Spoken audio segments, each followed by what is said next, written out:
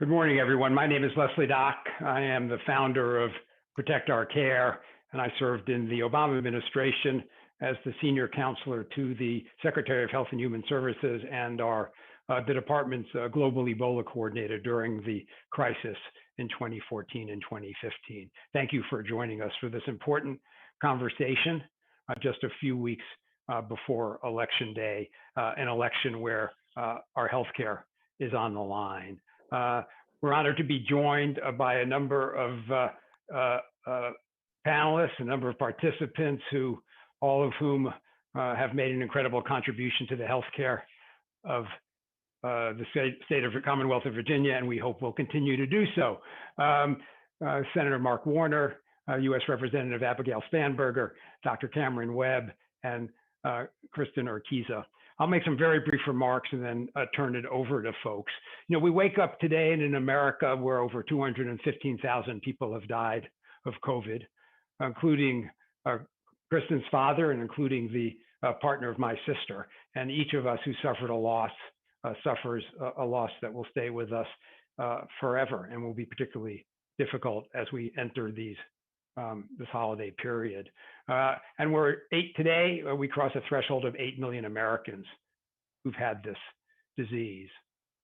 And those numbers are also true in the state of Virginia, where we have, I'm sure you will describe, have had over 3,800 deaths and a large number of cases. We also wake up in an America where the Affordable Care Act is under attack. We're just a week after Election Day. Donald Trump will be before the Supreme Court trying to take away and dismantle the entire Affordable Care Act without a replacement, which will mean taking away pre-existing protections from over 135 million Americans, including every one of those 8 million Americans who've contracted COVID. That will strip health insurance away from 23 million Americans at a time when millions have lost their health care that they might have previously had through their employer. We're at a time where over 60 million Americans have filed for unemployment because of this pandemic. The loss of the ACA without any replacement will also mean that women can be charged more than men for healthcare simply because of their gender, where older Americans can be charged 5 times more than anyone else simply because of their age, where lifetime caps are gone and where seniors pay billions more for their drugs. And we do this at a time when the President of the United States and Republicans in the Senate are trying to jam through a known anti-ACA judge to become the next justice of the Supreme Court, because Election Day is November 3rd. November 10th is when this lawsuit to terminate the ACA is before the Supreme Court, and where the president has made it very clear he's counting on this justice to bring down and terminate the Affordable Care Act. And finally, we wake up in the morning after a debate where the president of the United States still was incapable of telling Americans to wear a mask, and told us that this pandemic is winding down. Healthcare is indeed on the ballot. Healthcare is indeed on the line on Election Day, and it's an honor to have these folks with us today. First, let me then turn over to Senator Warner, who has been really a champion for healthcare in his entire time in the U.S. Senate, and just in the last year has introduced or been the lead co-sponsor on a number of important measures. I'm just going to get the names of them right, so I have them. But he introduced the Healthcare Improvement Act of 2020 that would strengthen Medicaid and improve healthcare for millions of Americans. He co-sponsored Senate Resolution 18 that authorized the Senate Legal Counsel to intervene against the Texas lawsuit. He also sponsored legislation that would incentivize holdout states to expand their Medicaid programs. We know the fight for Medicaid expansion in Virginia was so important. In 2019, he championed legislation to block the expansion of junk plans, and he's been a longtime supporter of efforts to give Medicare the power to negotiate for lower drug prices. Thank you, Senator Warner, for all you do, and the floor is yours. Well, Leslie, thank you, and thank you for the efforts to protect our care. Extraordinarily important at this moment in time. It's always great to be with my colleague, Abigail Spanberger, who does a great job, and my future colleague, Dr. Cameron Webb, and I'm really glad to have them. And Kristen, it's good to see you, and we all offer you our condolences for the loss of your dad. And the thing that is so heartbreaking is it didn't have to be this way. In the United States of America, the failure of this administration to take on COVID, to have a national plan for testing, to have a national plan for PPE, the fact that we still have nursing homes that I talked with in Virginia last week that are buying masks off the black market in China is an epic failure. As we see in Virginia, 164,000 plus cases, 1,100 plus new cases today. We do want to get our economy restarted and our schools reopened, but we've got to get the virus behind us. And that means dealing with the science. And one of the things that the Senate should be doing right now is, rather than jamming through a Supreme Court judge while Virginians are voting, and that Supreme Court judge who's indicated that she will be part of a group that would try to strike down the ACA, we should be passing a major stimulus plan. Candidly, when the administration has come up to 1.8 trillion and the House is at 2.2, there is a deal there. Let's get it done so we can help folks get through this. Echoing what Leslie said, the ACA was not perfect, but 20 million plus Americans got healthcare coverage. In Virginia specifically, 3.4 million Virginians, including my daughter, who's a type 1 diabetic, got protections for people with pre-existing conditions. And while it took Virginia a little longer than it should have, we did expand Medicaid, and 400,000 Virginians got Medicaid expansion. As we know, we had a debate I had a debate earlier in the week with my opponent. Many of those people with Medicaid expansion are seniors, are in nursing homes, need that kind of assistance. Now, I think it's been remarkable to see this president, who has been all about repeal, but there's never been a replacement plan.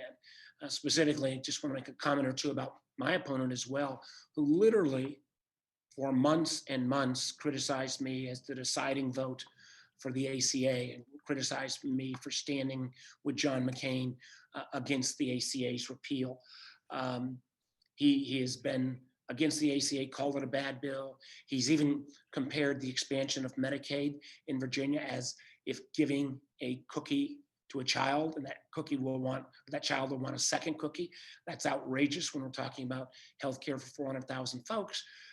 But my opponent, not unlike Donald Trump and so many, I imagine both Abigail and Cameron's opponents, they're now suddenly trying to bring out their magic wand and pretend that they can cherry pick those parts of the ACA, protections for people with pre-existing conditions, or keeping your kids on a program until they're 26. You can't, if there was an easy path to do that, Donald Trump or the Republicans would have come up with that kind of plan. You need the full market reforms around the ACA to do the kind of protections for folks with pre-existing conditions in particular. And this kind of nonsense that you can take the good parts out without some of the other reforms just doesn't pass muster. And what I've said to people of Virginia is, don't believe me. Believe the American Cancer Society, believe the Diabetes Association, believe the AARP, who has called the ACA a critical lifeline to our whole healthcare system. So we've got, as Leslie indicated, I've got a series of bills out there that would build upon the ACA. I think one of the most important is allowing our government finally the ability to negotiate drug prices. There's no reasons why Americans should be paying 3 and 4 and 5 times more than other countries. I'm lucky enough to be able to take care of my daughter with her type 1 diabetic, but the fact that insulin costs have gone up so dramatically is one example of where we need to bring some rationality to drug prices. So let's keep the ACA, let's build on it, let's make sure healthcare is a right in this country and not a privilege. And I'm again pleased to be with my colleagues and Kristen to talk about this matter. Back to you, Leslie. Thank you, Senator. Really appreciate it. And of course, we all and all the people of Virginians appreciate the work that you do every day to keep them healthy. It's a good segue to Abigail Spanberger, the representative of the 7th District of Virginia, because in her 2 years in the House, she has made a major subject of her efforts lowering the price of prescription drugs. And also the House has shown that the ACA can and should be improved. And the House has passed twice a bill to dramatically decrease the cost of drugs for any American with insurance by using the power of the government to negotiate for lower drug prices, something that 85% of the American public agrees with, but President Trump and Mitch McConnell won't even let come to the Senate floor for a vote. And also passed a bill that would make healthcare more affordable for Americans by increasing the amount of financial assistance, by saying that nobody should pay more than a certain percentage of their income for coverage. Those two measures, if Mitch McConnell ever let them on the Senate floor, are supported by vast majorities of the American people, would build on the ACA to make healthcare better and more affordable for millions. So with that, I'd like to give the mic over to Representative Spanberger.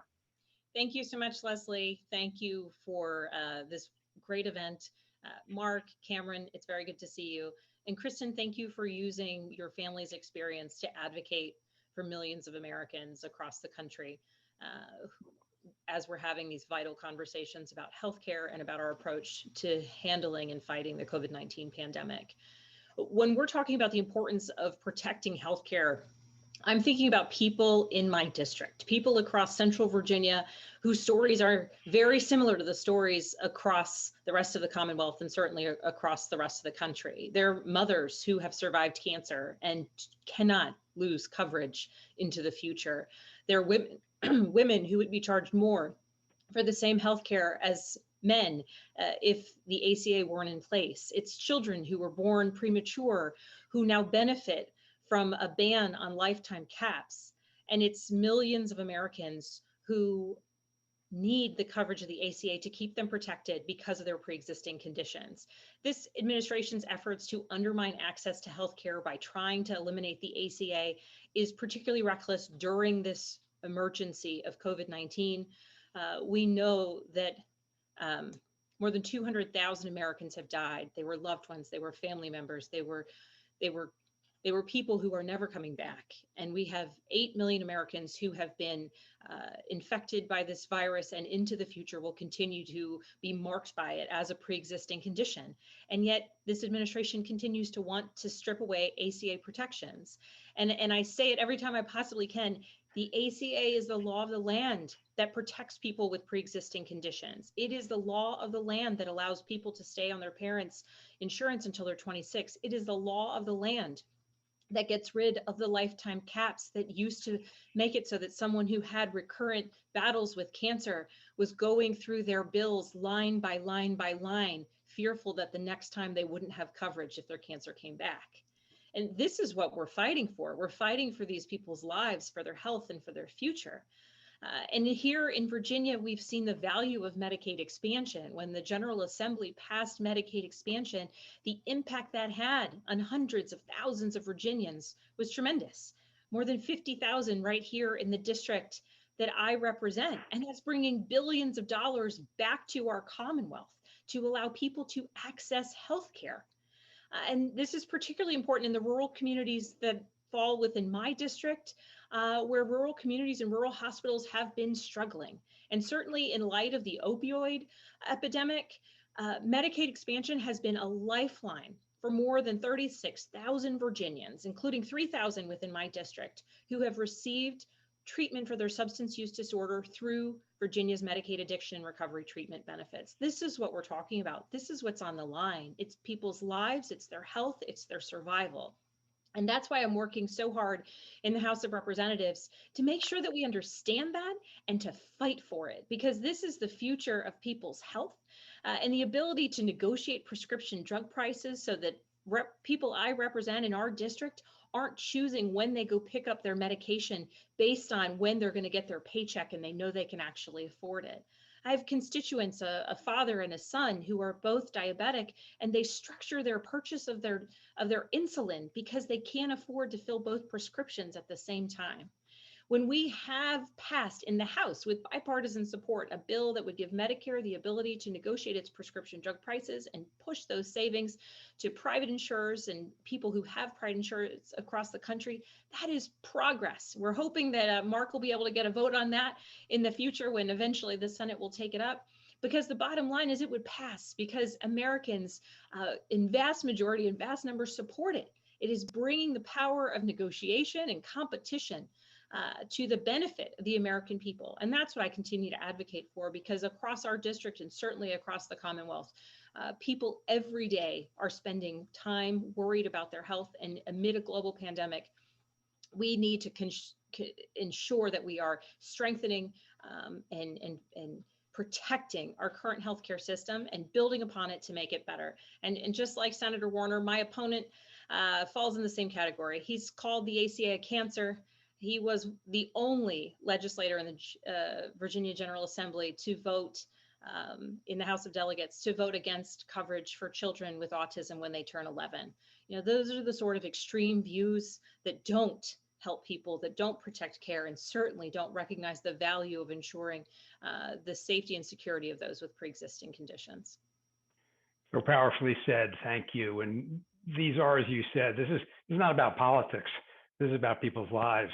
And it's no surprise that these issues are top and center of voters' mind, top and center around the kitchen table. And the only reason this is a partisan issue is because Republicans have chosen to make it. But healthcare truly is a bipartisan issue, except in the halls of Congress, where they, for some reason, have failed to realize that kind of support. Let me hand this over to Dr. Webb. Dr. Webb is a physician, an internist. He also is deeply involved in the issues of health equity, which of course have been laid bare by this pandemic, where Black and Latino communities are suffering disproportionately because of the gross historic and inequities in the healthcare they receive, and in the social services and the economics they are denied. So with that, let me turn it over to Dr. Webb, and I'm sure he can also tell us how out of touch his opponent in this race is when it comes to these issues. Well, thanks so much, Leslie, for having me and for all the work you're doing with Protect Our Care.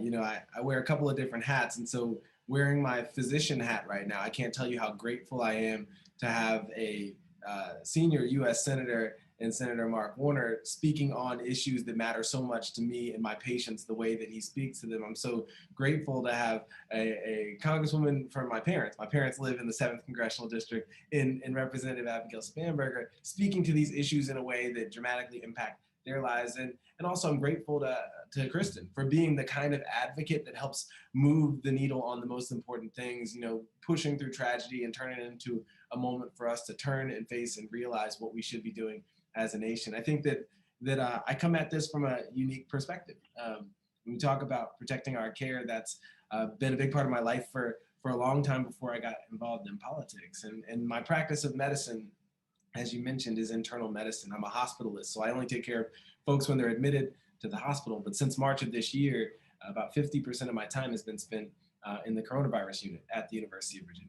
So it's called our Special Pathogens Unit. And I think that, you know, as a candidate for Congress who's also working, and next week I'll be working on that coronavirus unit again, I balance the experience that we're having in a very real way. It's really impossible to walk into a room and see a 25-year-old on 5 liters of oxygen when they've never had a medical problem before in their life, and then think this is going pretty well. It's impossible to then walk out into our communities and see individuals and families and small businesses struggling and think that this is going okay. And so, you know, one of the first things I always describe to people is the infodemic that we have coming out of this Trump administration, just the misinformation and disinformation and how destructive that is to our ability to create a path forward.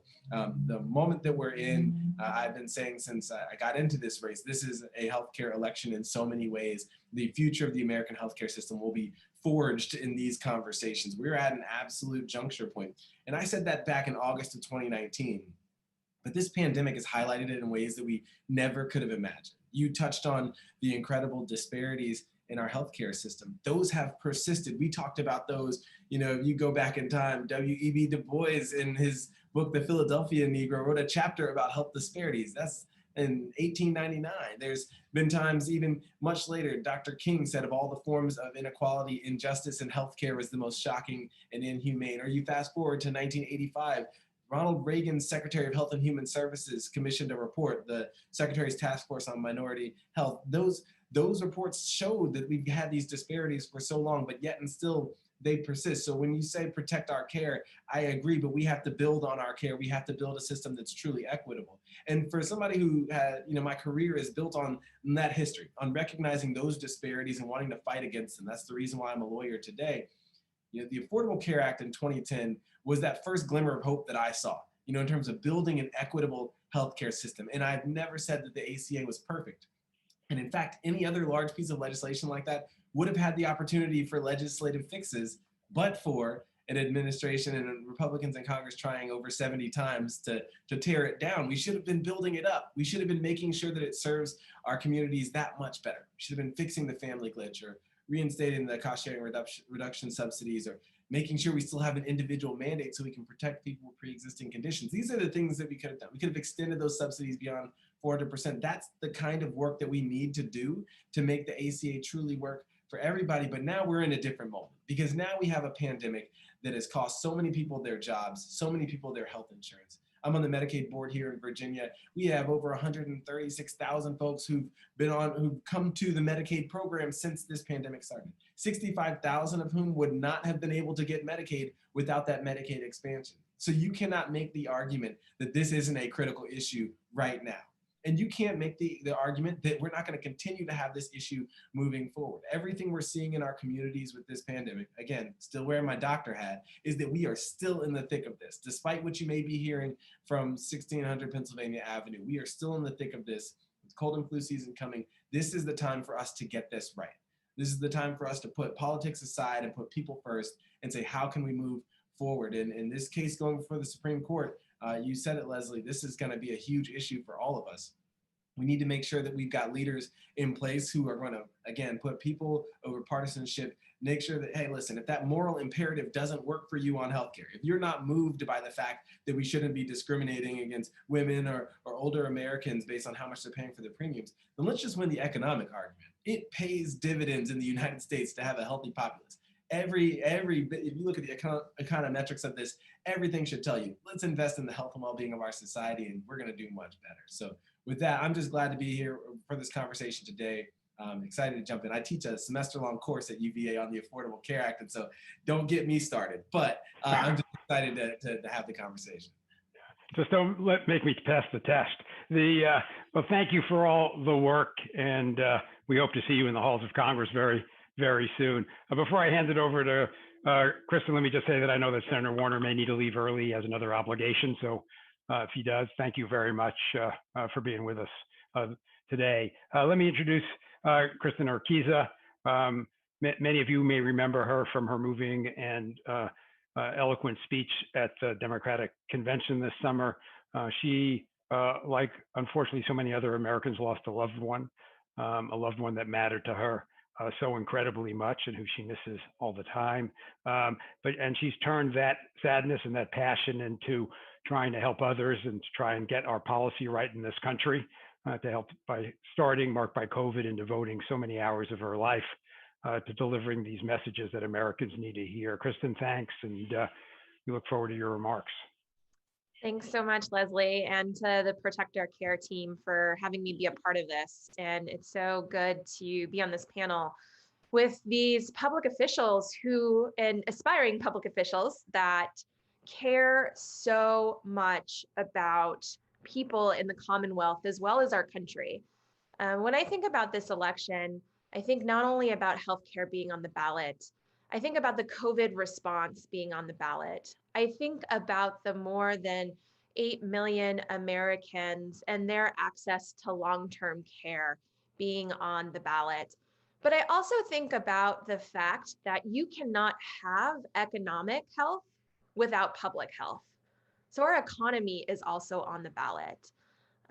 As Leslie mentioned, I launched Marked by COVID shortly after my dad needlessly passed away from COVID-19 this summer. A huge motivator for me to channel my tragedy and my pain into purpose is the fact that I never wanted anyone to feel what I was feeling. A COVID death is lonely, it is painful, and it is undignified. But what is even more painful for the survivors and for the family members is the fact that it didn't need to happen. The United States, we represent 4% of the world's population, but we're 21% of the world's deaths. We're also 24% of the world's infections. This is not a divine intervention. This is leadership failure, and this is policy failure. It has led us to losing 218,000 Americans. And in the Commonwealth of Virginia, 3,388 people are no longer with us. Their lives mattered. And it's important that we continue to fight on their behalf, to recognize and honor the incredible sacrifice that they didn't need to make. The fact remains is that we're not winding down on this pandemic. We are winding up. The President of the United States continues to downplay the virus. He's refusing to listen to experts. He is discouraging Americans from wearing masks, and he does not have a plan. His Republican entourage is completely lockstep with him. And so that is why it is so critically important that we fire Donald Trump this election cycle and that we put somebody into office who has the experience, the empathy, and quite honestly, the ability to work with a very wide array of people towards fixing this pandemic, which will save American lives and also put our economy back on track. So thank you so very much for inviting me to be a part of this. And I will throw it back to Leslie now. Well, thank you. And thank you for putting all that into purpose, because you're making a big difference for a lot of people. I know we're running out of time, and I know there are questions. We have a number of reporters on, as well as a number of constituents. So my colleague, Mitch, will you throw out the first question? Sure thing. For our reporters, you can see a raise hand feature. If you have any questions for Senator Warner, Congresswoman Spanberger, Dr. Webb, or Kristen, just raise your hand and I will unmute you. And if you can also say your name and the organization you're from, that'd be great. Okay, so our first question is going to come from Zach Cohen. Hi, Zach, go ahead. Really appreciate it. Question for Senator Warner. Senator Majority Leader McConnell has said that he plans to bring up another coronavirus relief package on the floor next week. What are your views on that? Do you plan to vote for it or against it? Well, I want to see what package he's going to bring up. But if he simply brings up that so-called HEALS package that he had a few weeks back, and that package, by the way, didn't even have full Republican support. It is a sham. It is less than 1/3 of what the Trump administration itself has put forward. It would sell out Virginia's teachers, firefighters, cops, because there was no assistance for state and local government. It would sell out our airline workers because there's no assistance for our airlines.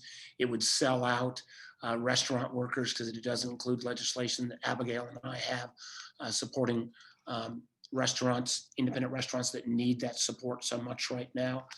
I'm still, call me naive or optimistic, but I'm glad to hear that the Speaker and Secretary Mnuchin, I think, are still negotiating in good faith.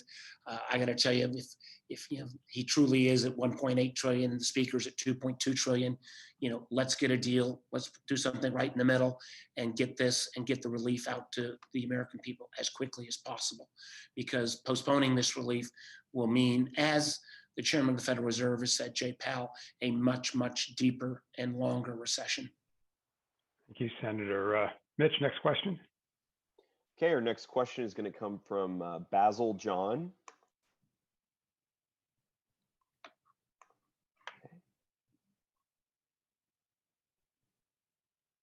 Basil, are you there?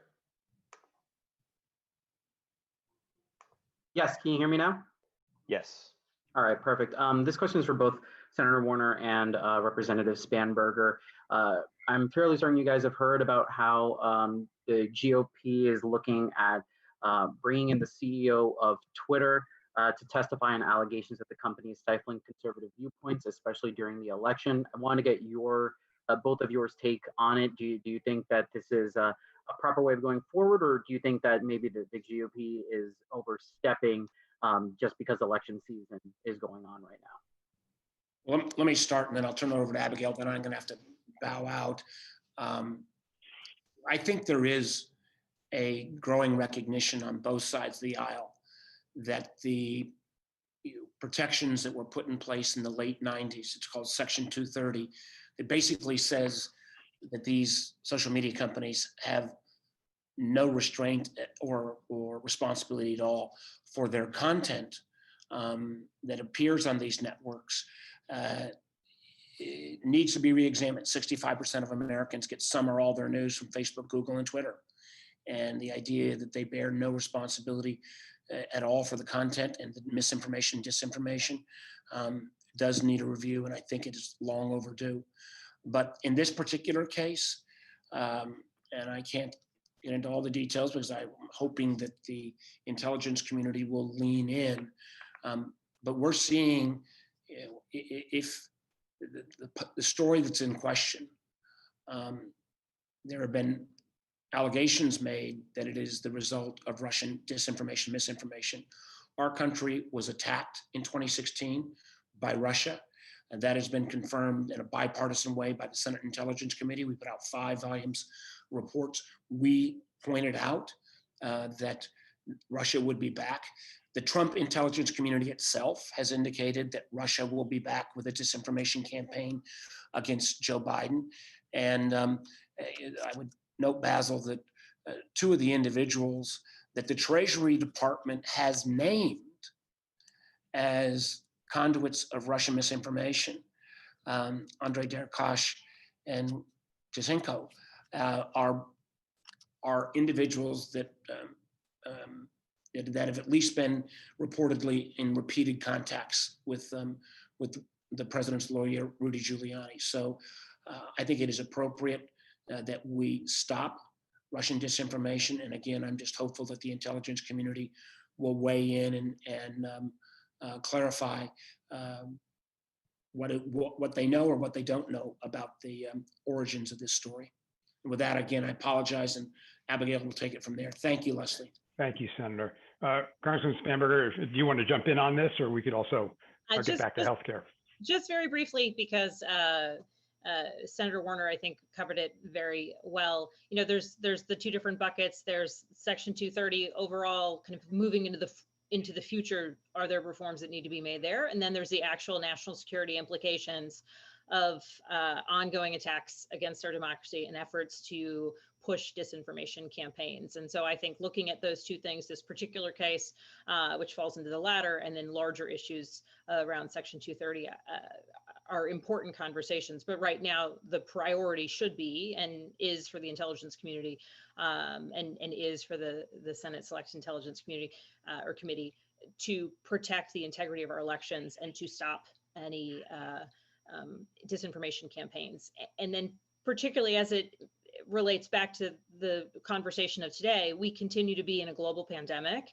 And while efforts are underway to protect our elections and the American population from Russian disinformation efforts and attacks, we also need every lawmaker on Capitol Hill or across the country in their districts and states to be focused on addressing this pandemic. And that is addressing it through economic relief, addressing it by not attacking our healthcare system, and ensuring that we as a country can have a stronger, healthier future where our economy can be opened back up and we know that we're keeping people safe and not risking the lives of those who, by virtue of having contracted this virus, now for the rest of their lives have a pre-existing condition. Thank you. Mitch? Take about another 4 or 5 minutes. So yeah, if we have any more questions, again, you can use the raise your hand feature. I think that's it for today, Leslie. Great. Well, thank you. Thanks to everybody who's been watching on various social media. Thanks to all of our panelists. I don't know if any of you have any final words you want to add before we say goodbye. Dr. Webb, anything from you? Stay safe out there. We'll try. You too. Get plenty of good PPE on next week. I know my son's significant other also works in the hospital every day, and it's I want to thank you for all that you do. I mean, let's not minimize your that part of your life as well. Thank you, Representative Spanberger. Thank you, Kristen. Thank you, everyone. Our healthcare truly is on the line. Our healthcare truly is on the ballot. I hope people have heard 3 champions of healthcare speak today, and we commend them and thank them for all they do. Thanks, everybody. Thank you. Stay safe and vote early if you're in Virginia. Thank you.